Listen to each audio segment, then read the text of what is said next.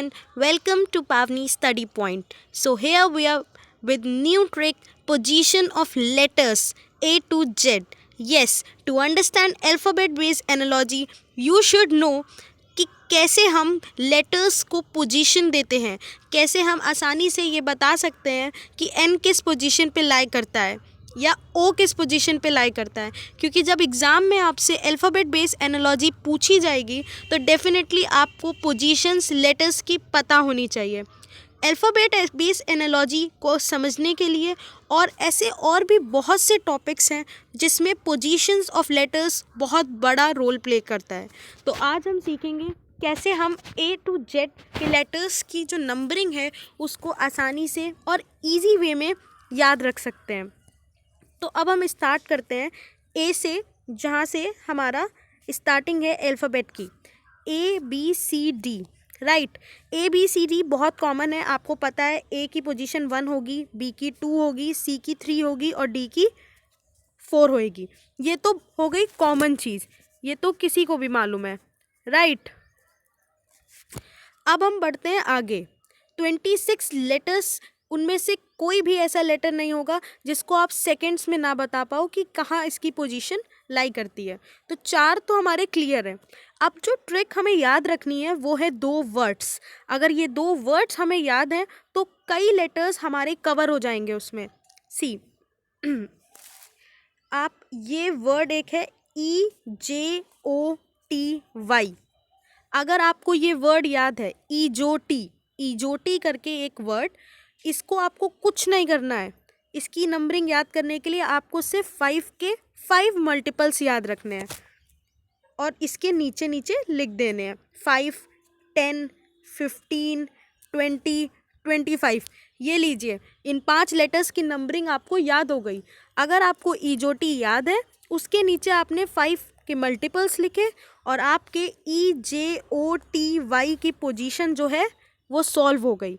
Right, अब हम आगे बढ़ते हैं अपने सेकंड वर्ड पे। जो सेकंड वर्ड हमें ट्रिक से याद रखना है वो वर्ड आपका है एक मेडिसिन का नाम। आप इसको कंसिडर करिए कि ये एक मेडिसिन का नाम है जो आपको याद रखना है।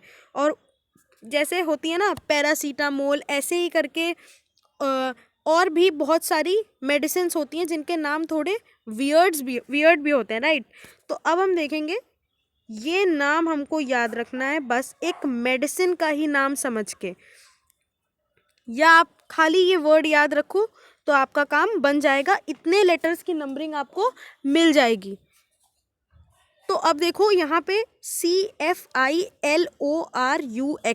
ये इतने लेटर्स के आपको पोजीशन जो है वो तुरंत मिलेगी। बस आपको याद क्या रखना है कि आपको यहाँ पे मल्टीपल ऑफ 3 लिखने हैं। क्या लिखना है? Multiple of 3। 3, 3 2 6, 3 3 9, 3 4 12, 3 5 15, 3 6 18, 3 7 21, 3 8 24। सी, इन सब लेटर्स की पोजीशंस आपको पता चल गई। जी हाँ, सी की पोजीशन क्या होती है? 3 होती है, एफ की 6 होती है, आई की 9 होती है, एल की 12 होती है, ओ की 15 होती है, आर की 18 होती है, यू की 21 होती है और एक्स की 24 होती है। अब आपको देखो कितने सारे लेटर्स की ऑलरेडी पता चल गई है। जिन लेटर्स की बची है हम उनके बारे में भी डिस्कस करेंगे कि हम उनकी कैसे आसानी से याद रख सकते हैं। ठीक है, अब देखो बाकी जो बचे हुए क्या हैं। तो A B C D E F G हमारा रह गया। ठीक है, H हमारा रह गया, I J K L। ठीक, L भी हमारा हो गया था, K शायद नहीं हुआ था, K को अभी हम बाद में देखेंगे। ठीक, तो A B C D E F I J K हम यहाँ लिख देते हैं अपना, है ना। जो हमारे लेटर्स बचे हैं वो हम कहाँ लिखेंगे? नीचे लिखेंगे। तो K हो गया, L आपने उसमें लिखा था। राइट, फिर L के बाद क्या है? M है ना, N है, O आपने इजोटी में लिखा था, O हो गया, P आपका नहीं लिखा है, Q नहीं लिखा है, R आपने लिख लिया था, एस, टी आपने इजोटी में लिखा था, और यू भी आपने लिख लिया मेडिसिन वाले में। वी वी आपका नहीं हुआ था, ठीक है। और उसके बाद क्या, यू वी, डब्लू, एक्स भी आई गेस हो गया आपका, वाई और जेड।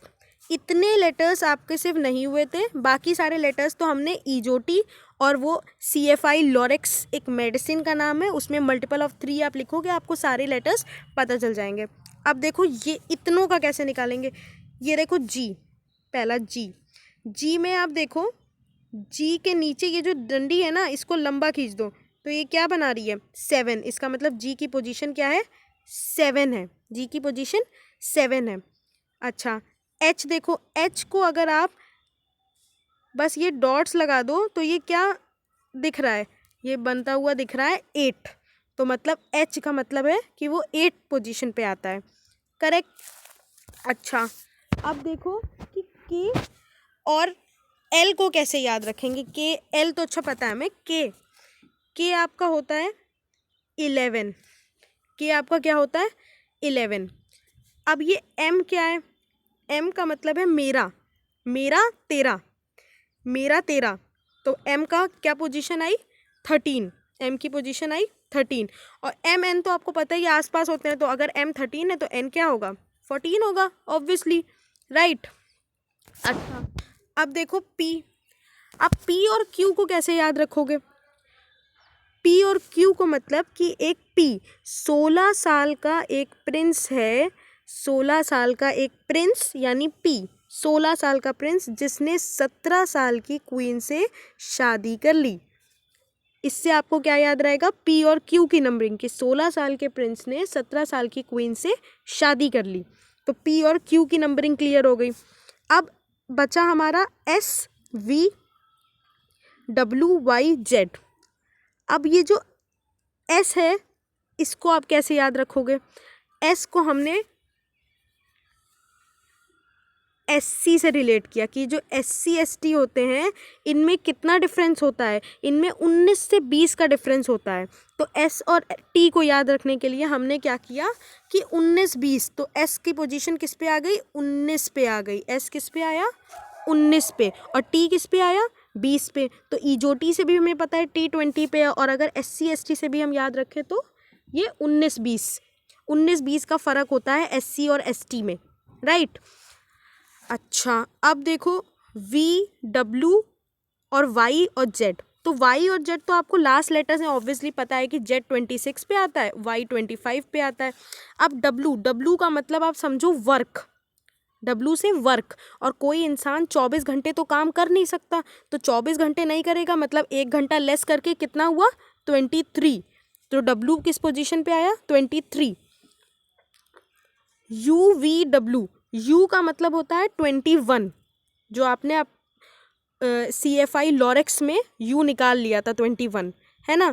और V से मतलब है कि V, ये जो V दे रखा है इस V का मतलब है हम, ठीक।